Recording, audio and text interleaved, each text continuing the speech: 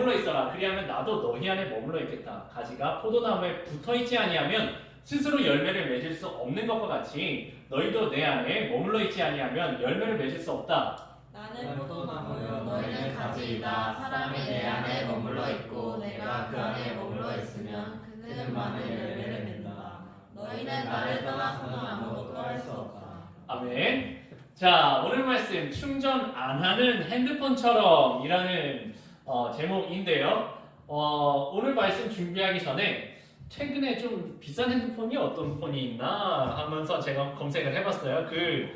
왜 아이폰 프로 맥스, 그래 16 프로 맥스잖아. 그게 얼마인지 하고 쳐보니까 그 약간 뭐 버전이 뭐 무슨 버전이 있는데 245만 원짜리가 있는 것 같더라고요. 그래갖고 가만히 생각을 해보니까 제가 여기 넘어오기 전에 그 중고등부를 하면서 어떤 그 중학생이었어. 핸드폰을 산 거야. 그래갖고 야, 너 핸드폰 샀네? 야, 좋은 거 같다 하니까 손을 못 대게 하는 거예요. 그래갖고 목사님 그거 200만 원짜리예요. 손대지 말라고 하는 거예요. 그래 200만 원 물어주러 갈까봐 못 만지겠다 했었던 그런 거. 자, 핸드폰인데 핸드폰 여러분 배터리 관리들 잘 하시나요? 이게 습관적으로 꺼먹는 사람들이 있어 보면은 습관적으로 꺼먹는 사람들. 네, 핸드폰이 아무리 200만 원짜리든 300만 원짜리든 충전을 하지 않으면 기계 자체 지 혼자서는 뭘 할 수 없는데 바로 그와 똑같은 이야기가 오늘 말씀에 나와요. 그 같은 취지의 이야기가 이런 식으로 나와요. 오늘 말씀에는 나무 떠난 가지에 대해서 이야기를 하고 있어. 나무를 떠난 가지. 얘네요. 그런 얘기가 나오는데 한번 봅시다. 말씀에 아까 2절 짧은데 길어요. 이런 얘기였어. 내 안에 머물러 있어라. 예수님 얘기야. 내 안에 머물러라. 그럼 나도 너희 안에 머물러 있겠다. 이 가지가 얘네가 포도나무에 붙어있지 않으면 스스로 자기가 아무리 노력을 해도 열매 못 맺는 것처럼 너희들 마찬가지야. 내 안에 붙어있지 않으면 머물러 있지 않으면 너네 삶의 열매를 못 맺는다. 결국 나는 포도나무고 너네는 가지인데 사람이 내 안에 머물러 있고 나한테 딱 붙어 있고 나도 너희한테 딱 붙어 있으면 그러면 너네가 많은 열매를 맺고 너네가 나 떠나면은 가지 혼자 자기 튀어나와가지고는 아무것도 할 수 있는 게 없어. 그런 취지의 이야기입니다. 자, 말씀이 무슨 이야기인지는 이제 입력이 되셨을 거예요. 논리 자체는 되게 간단한 이야기예요. 가지가 나무 떠나면 아무것도 못해 라는 이야기인데요.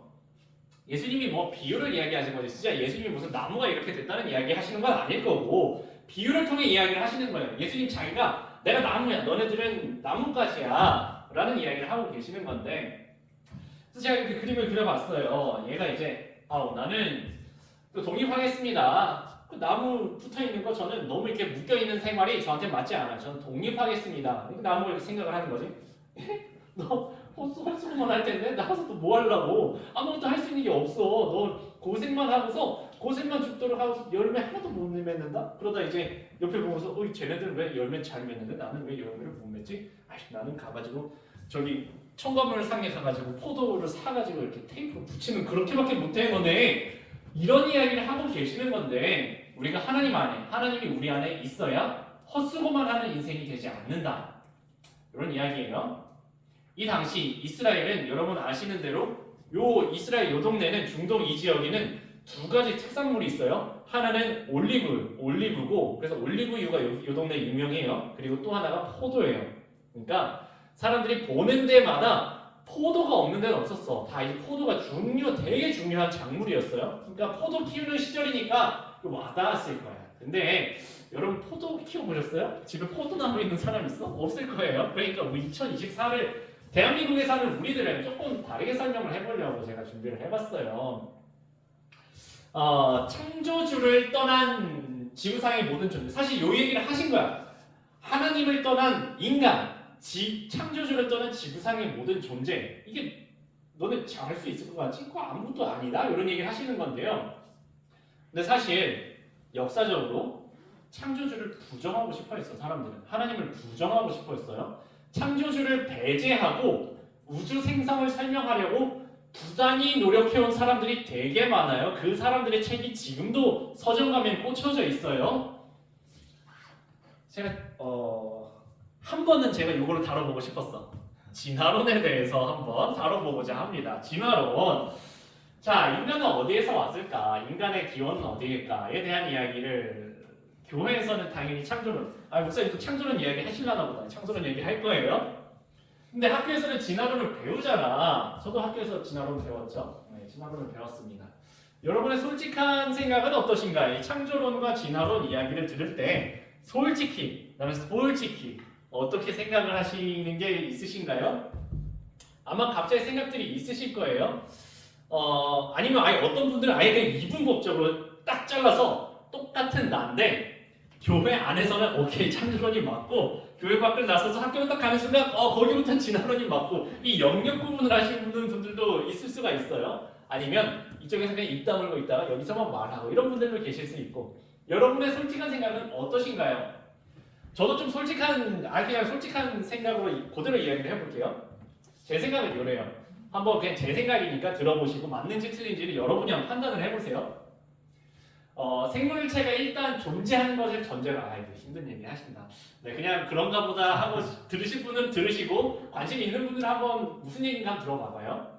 생물체가 존재하는 건 전제로 했을 때 얘네가 태어나 있단 말이야. 그러면 자연 환경에 적응하는 거는 실제로 실존하는 사례예요. 그래서 저도 이게 공부를 해보니까 마데이라라고 혹시 섬이 있는데 대항해 시대를 해보신 분들은 아시는 섬일 거예요. 아프리카 이쪽에 보면은 조그마한 섬이 있어. 근데 거기는 과학자들이 가보니까 파리가 날개가 없는 거예요. 똥파리들이 전부 날개가 없는 거예요. 이 도대체 어떻게 된 일인가 하고 조사를 해보니까 파리들은 뭐 전 세계에 있는 파리 다 똑같은 파리인 거예요. 근데 이 섬에는 바람이 너무 세게 부는 거야. 그래서 바람을 이제 막아줄 만한 게 없는 큰 대서양에 있는 섬이다 보니까 바람이 너무 세게 불어가지고 일반적인 파리는 바람에 다 날려가는 거야. 그럼 그 중에서 누가 살아남냐? 날개가 짧은 애들만 살아남는 거예요.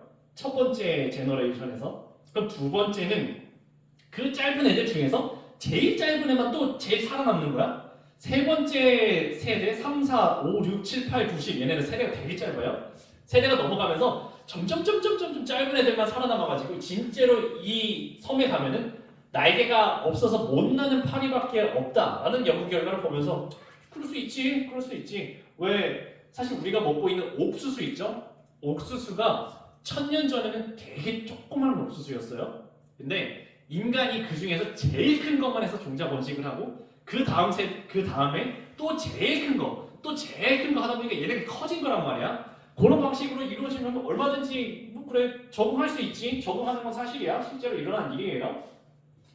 그래서 제가 생각을 해봤어. 그래? 그러면 오케이. 살아있는 생명체가 적응하는 건 오케이. 그럼 생명은 어디서 온 거야? 생명은? 올해 그 하반기에 진짜 많이 돌아가시거든요. 장례식을 진짜 많이 가는데 장례식을 자주 다니는 목회자로서 장례식을 가면서 생각을 하는 게 있어요. 그 입관하는 거, 입관식 들어본 분 계신지 모르겠어요. 입관할 때 가보면 저희 할아버지 이렇게 입관식을 가보면 바로 얼마 전까지 같이 대화를 나눈 분이야. 똑같은 몸이야. 근데 입관할 때 이제 마지막으로 손 붙잡고 마지막 인사를 드리는 순간이 있거든요. 3일 전에 같이 인사했던 그 분이에요. 똑같은 손이야. 근데 3일 전에는 생명이 있던 손이고 지금은 생명이 없는 손이란 말이에요. 좀 단적인 예로는 지금 저도 이렇게 코랑 입이랑 딱 10분만 막아놓으면은 똑같은 몸인데 생명이 없어져 버릴 거예요. 이 물질만으로 생명이 설명이 안 된다고. 생명이 처음에 어디서 왔냐고. 물질은 과학으로 설명을 할 수가 있어요. 생명을 어떻게 설명할 거냐고. 이 똑같은 이 몸에 생명이 있고 없고가 천지 차이가 나는데 생명은 생명을 이어줄 수가 있는데 생명이 없는 상태에서 물질만으로 설명을 해줄 수가 없다고. 이 고기 덩어리가 다가 아니란 말이에요. 생명이 있고 없고는 천지 차이가 난다고요. 네, 과학자들은 뭐 생명까지는 설명을 못해. 근데 물질은 나름 설명하려고 해요. 이 원시대기는 이렇게 생겼다라는 거예요. 원시대기 그때 살아보이지는 않았지만 그냥 이렇게 가정을 한 것 같아. 그래서 이런 원시대기를 넣고서 어떻게 전기 스파크를 주면은 유기물질이 나오더라라는 실험을 하면서 그분들이 뭐 한 46억 년 전에 살아계신 분은 없겠지만 그냥 가정을 이런 혼합기체가 있었다면 그리고 번개가 쳤다면 이런 물질이 만들어지는 건 재현을 할 수 있더라 실험실에서. 이런 실험은 있어요. 오케이, 거기까지 오케이. 그러면 이 유기물이 무기물에서 만들어지는 건 알겠는데 그럼 얘네들은 어디서 온 거야? 얘네들은 어디서 왔을까요? 그러면 이제 대답을 해줍니다. 빅뱅에서 왔다. 빅뱅에서 터져서 왔다. 좋아요. 빅뱅에서 모든 것들이 출발한다고 쳐봅시다. 뭐 이것도 나름 그 근거들이 있어요. 뭐 우주 배경 복사니 뭐 적색 편인이 뭐 있어요. 오케이, 거기까지 맞다고 쳐보자고요. 어차피 이 당시에 우리는 안 태어나 있었으니까 그냥 그런가 보다 가정을 해보자는 말이야. 우리는 과학 시간에 질량 보존의 법칙이라는 거를 배웠어요. 이 빅뱅이라는 거는 우주에 있는 모든 질량이 이만한 데다가 응축을 시켜 놓으면은 얘네가 터져서 이렇게 퍼지는 우주가 만들어졌다라는 이야기를 한 게 그 빅뱅 이론이에요. 그럼 최초에 이 응축돼 있는 이 질량은 어디서 왔냐고? 이 질량을 가정해야지 터진단 말이에요. 질량은 어디서 왔냐고요? 질량 보존의 법칙이 있는데. 자, 두 번째 연력 제2법칙이 있어요. 미안해, 여기까지 그게 끝이야. 고립계에서 엔트로피는 증가하는데 얘네는 왜 뭉치냐고. 가만히 내버려두면 얘는 퍼진단 말이에요. 자연 상태에서 퍼지지 뭉치는 방향으로 안 움직이는데 얘는 왜 뭉쳐 있었냐고. 외부에서 고립계가 벗어난 외부에서 뭔가가 들어와서 뭉쳐놓지 않으면 자기 스스로는 퍼지는 애들인데 왜 뭉쳐있냐고 설명을 할 방법이 없습니다. 자연 법칙을 완전 초월해 있는 창조주를 배제하면은 우주 존재를 설명할 방법은 없어요. 그 어느 시점을 그냥 가정을 한 다음에 그 다음부터는 설명할 수 있는데 그 이전에 그 가정이 왜 생겼는지는 설명할 방법이 아예 없어. 길게 설명해서 죄송합니다. 더 이상 설명하면 설명충이 될 것 같아서 더 이상의 자세한 설명은 생략하겠습니다. 창조주를 떠난 존재를 주장하는 거는 똑똑한 척 하지만 사실은 어리광일 뿐이에요. 왜 애들 보면은 초딩들이 1학년 때 처음에 학교 들어가가지고 막 자기 100점 맞았다고 100점짜리 시험지를 들이대면서 자기가 세상을 다 아는 것처럼 100점을 맞았으니까 내가 세상을 다 아는 것처럼 이야기하지만 사실은 그 교실에서 배운 그만큼을 100점을 맞은 거예요. 많이 안다고 생각하는 그 사람들이 창조주를 떠나서 우리 자신을 설명하려고 하는 거는 사실은 똑똑한 척하는 어리광에 불과해요. 자, 어려운 이야기 했으니까 좀 쉬운 이야기 좀 해봅시다. 제가 그 미국에 잠깐 가서 교환학생을 갔었던 시절이 있어요. 4일 동안 차를 빌렸습니다. 4일 동안 2,500km를 뛰었어요. 2,500km를 4일 동안 운전을 했어요. 그리고 마지막 날에는 하루 동안 1,400km를 운전을 했어요. 그 미국이 커. 그래서 4시간을 계속 120km 밟고 가도 계속 지평선이에요. 저기 바다가 보여서 바다가 좀 있으면 나오겠구나. 100 밟고 3시간을 갔는데 똑같은 바다를 계속 아직도 도착을 안 했어. 이런 곳이었어요. 우리나라 같이 인구密도가 높은 데는 주유소가 되게 많거든요. 이 나라는 주유소가 없어. 그래서 기름을 딱 넣고서 다음 주유소까지는 버티겠지 하는데 정말 간당간당하게 와 지금 여기서 아무것도 없어. 완전 사막이야. 사막인데 주유소고 뭐 핸드폰 안 터져. 뒤지국이 없어. 핸드폰이 안 터지는데 생각을 했어요. 지금 주유불이 들어왔는데 다음 주유소 어디 있는지 나는 처음 가보는 길이라서 몰라. 반드시 나와야 돼. 지금 핸드폰도 안 터지고 나는 외국인이고 여기서 만약에 기름이 떨어졌는데 차가 안 다녀. 야 그러면 나는 죽겠구나. 제가 죽을 고비를 한 2번을 넘겼습니다. 주유소를 진짜 주유불이 들어온 다음에도 조금씩 깎여요. 그리고 어느 순간 여기 안 움직여. 바늘이 안 움직이기 시작해서 진짜 위험한 거거든요. 마지막 여기 풀 있고 MT 있는데 2에서 조금 더 떨어져 있는 상태에서 안 움직이는 상태에서 진짜 만땅까지 들어가는 데까지 2번인가를 겪었습니다. 와, 제가 죽는 줄 알았어. 울면서 운전해서 제발 주유소 이러면서 울면서 운전했던 기억이 있는데요. 차가 아무리 좋아도 주유소가 없는 데서 기름이 똑 떨어졌다. 그리고 도와주는 누군가 기름 넣어줄 사람이 없다. 끝난 자동차입니다. 그대로 갖다 버려야 돼요. 제가 또 나름 비싼 자동차를 갖고 와야 되잖아. 그게 좋은 건데 기름이 없으면 소용이 없다는 거 설명해 드려야 되니까. 이게 람보르기니 아벤타도르라는 차예요. 시가 7억 원. 옵션 좀 덜 넣으면 6억 9천, 옵션 많이 넣으면 7억 6천 요 정도 가는 차입니다. 자, 이 차가 지금 사람이 없는 이런 데 와 있다고요. 그래서 추워가지고 히터 돌리다 보니까 꺼졌어. 버려야 돼요. 버려야 돼. 견인 차가 만약에 못 들어온다면 이 차는 버리는 차입니다. 기름을 누가 와서 기름을 수유해 줄 수가 없다면 버리는 차가 7억 원인데 버려야 돼요. 주유소를 떠난 자동차 아무리 비싼 자동차라고 해도 너 7억 원인데? 7억 원이 문제가 아니고 7만 원짜리 기름이 없어서 여기 서게 된다니까요. 마찬가지라고요. 우리의 존재도 마찬가지라고. 기름 넣어주지 않은 자동차가 아무리 잘 나봤자 주유가 되지 않으면 아무 소용이 없는 것처럼 하나님 빠진 우리도 서버린 자동차밖에 안 된다고요. 마지막이 오버였어요. 콘센트를 떠나버린 핸드폰.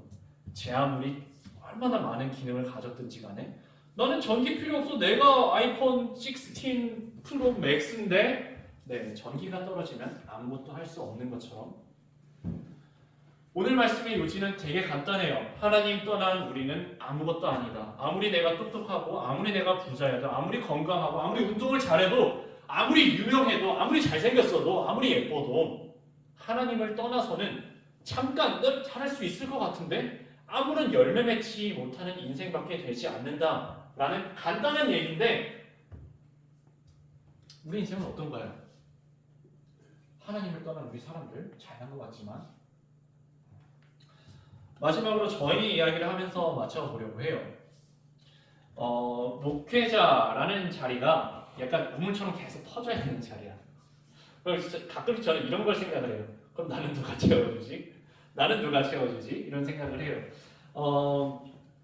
제가 전도사 때 아직 그 수련목도 되기 전에 교육전도사였을 때였던 것 같은데 제가 이런 경험들이 있었어요. 그때 수련목이었나 보다. 열심히 기도하고 있었어. 정말 진심으로 다해서 열심히 기도하고 있었어. 누가 되게 툭툭 쳐.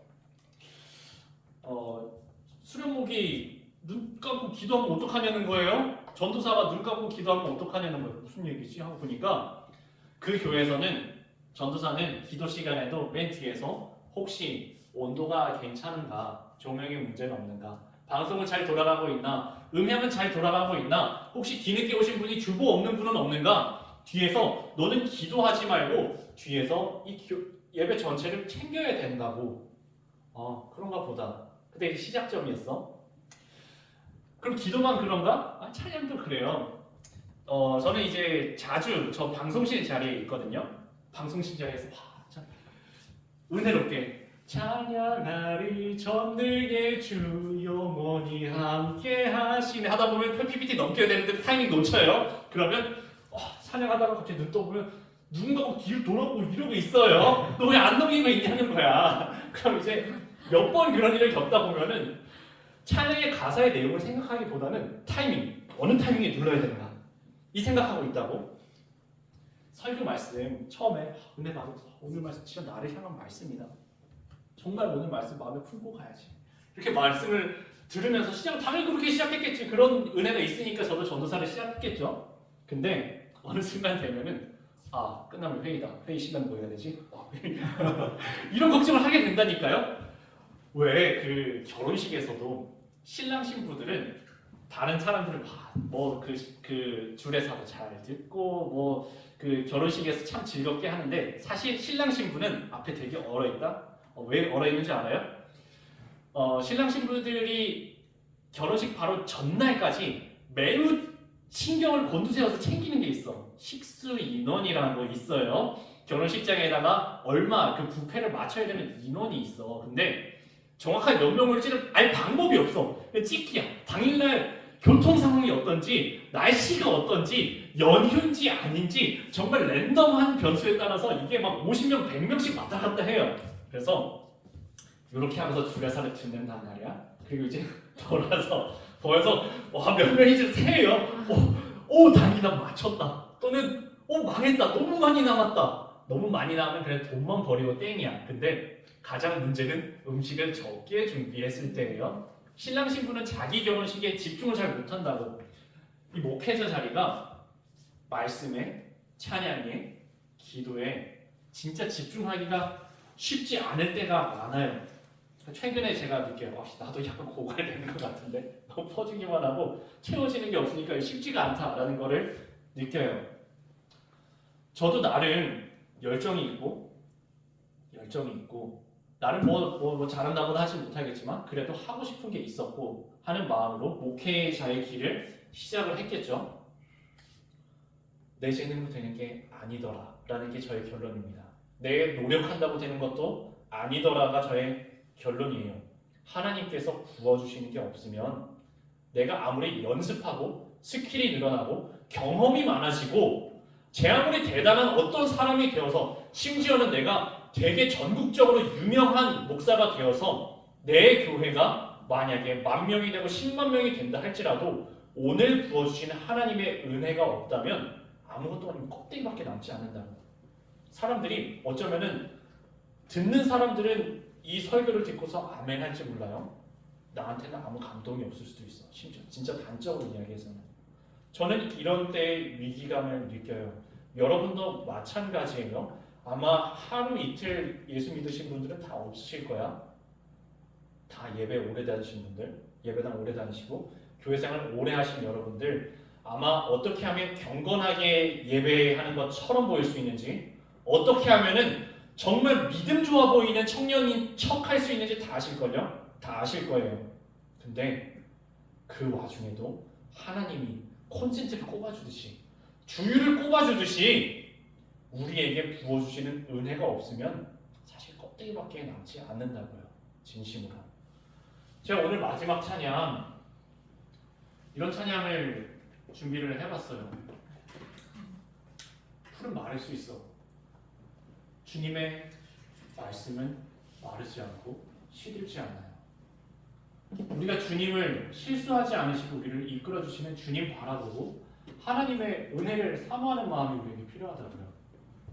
우리가 이루어나가는 우리 인생이 내가 내 능력으로, 내 노력으로, 내 경험으로 내가 잘나서 할 수 있는 거는 어느 순간 한계에 봉착한다고요. 이게 맞나? 이게 맞나? 뭔가 있는 것 같은데 쭉정이밖에 아닌 열매를 맺을 때가 바로 하나님의 나라를 놓쳤을 때라고요. 우리 삶 속에 하나님의 나라가 임해야 된다고. 그게 바로 전기 코드가 꼽아지듯이 주유로 기름이 넣어지듯이 하나님의 나라가 우리 삶 속에 부어지심을 받아야 된다고요. 내 안에 내 모습이 잘나서가 아니라 내 안에 예수님이 살아계시기 때문에 예수님이 부어주시는 그 은혜로 우리가 믿음 생활을 해도 하고 찬양을 해도 이 마음으로 하고 기도를 해도 이 마음으로 할 때 열매가 맺어진다고요. 거룩히 살아가는 거 마찬가지예요. 하나님께서 완전한 사랑을 우리에게 부어주실 때 진짜 아무것도 아닌 것 같은 데서도 열매가 맺고 아무것도 아닌 데서도 생명이 이어져 가고 아무것도 아닌 데 가서 내가 살 뿐만 아니라 다른 사람도 살려내는 그 역사가 이루어진다고요. 함께 오늘 말씀을 생각하면서 가사를 생각하며 찬양하겠습니다.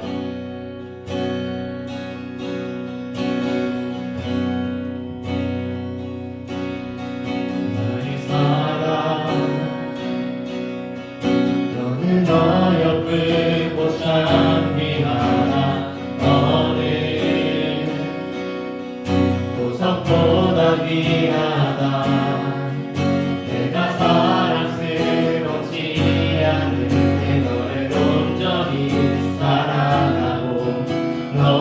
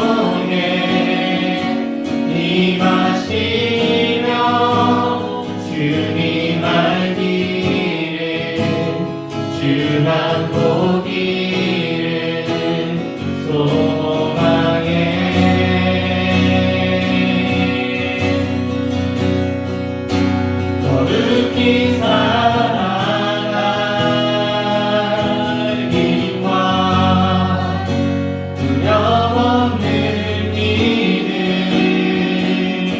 주신 나의 하나님 완전한 사랑 찬양해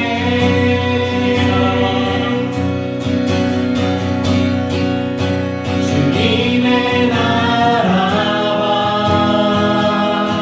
뜻이 나의 삶 속에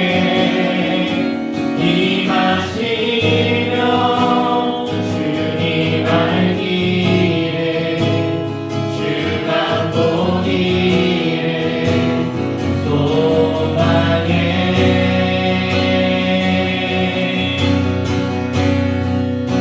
거룩히 살아갈 힘과 두려움없는 믿음 주신 나의 하나님 완전한 사랑 찬양해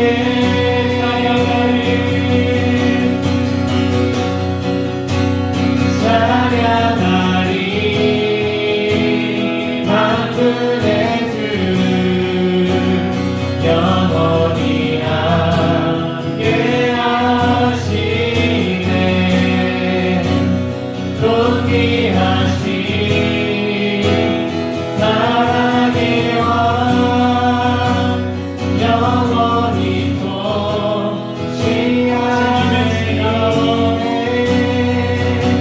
주님의 나라와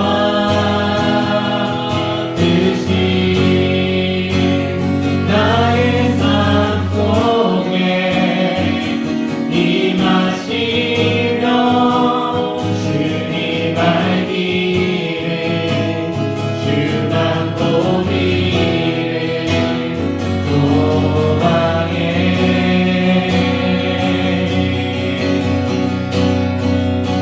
거룩히 살아갈 힘과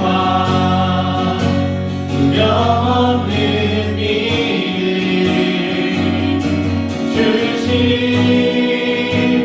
나의 하나님 완전한 사랑 찬양해 함께 마음 모아서 눈을 감고 기도하실게요. 하나님, 우리 겉으로 보기에는 멀쩡하게 잘 살아가는 것만 같은데 24시간이 부족할 정도로 바쁘게 굴러가는 일상 같은데 하루를 마무리하면서 하루를 정리하는 밤에 눈을 감을 때는 나 오늘 뭐 한 거지? 분명히 오늘 하루 진짜 바쁘게 살았는데 나 뭐 한 거지? 일주일을 정리하면서 한 달을 정리하면서 2024년 12월 한 해를 되돌아보면서 나 진짜 바쁘게 살았는데 무슨 열매를 맺었지? 나 진짜 열심히 사는 것만 같은데 고생한 거는 맞는데 나 근데 뭐 한 거지? 혹시 그런 생각이 든다면 우리 되돌아보게 해주시옵소서.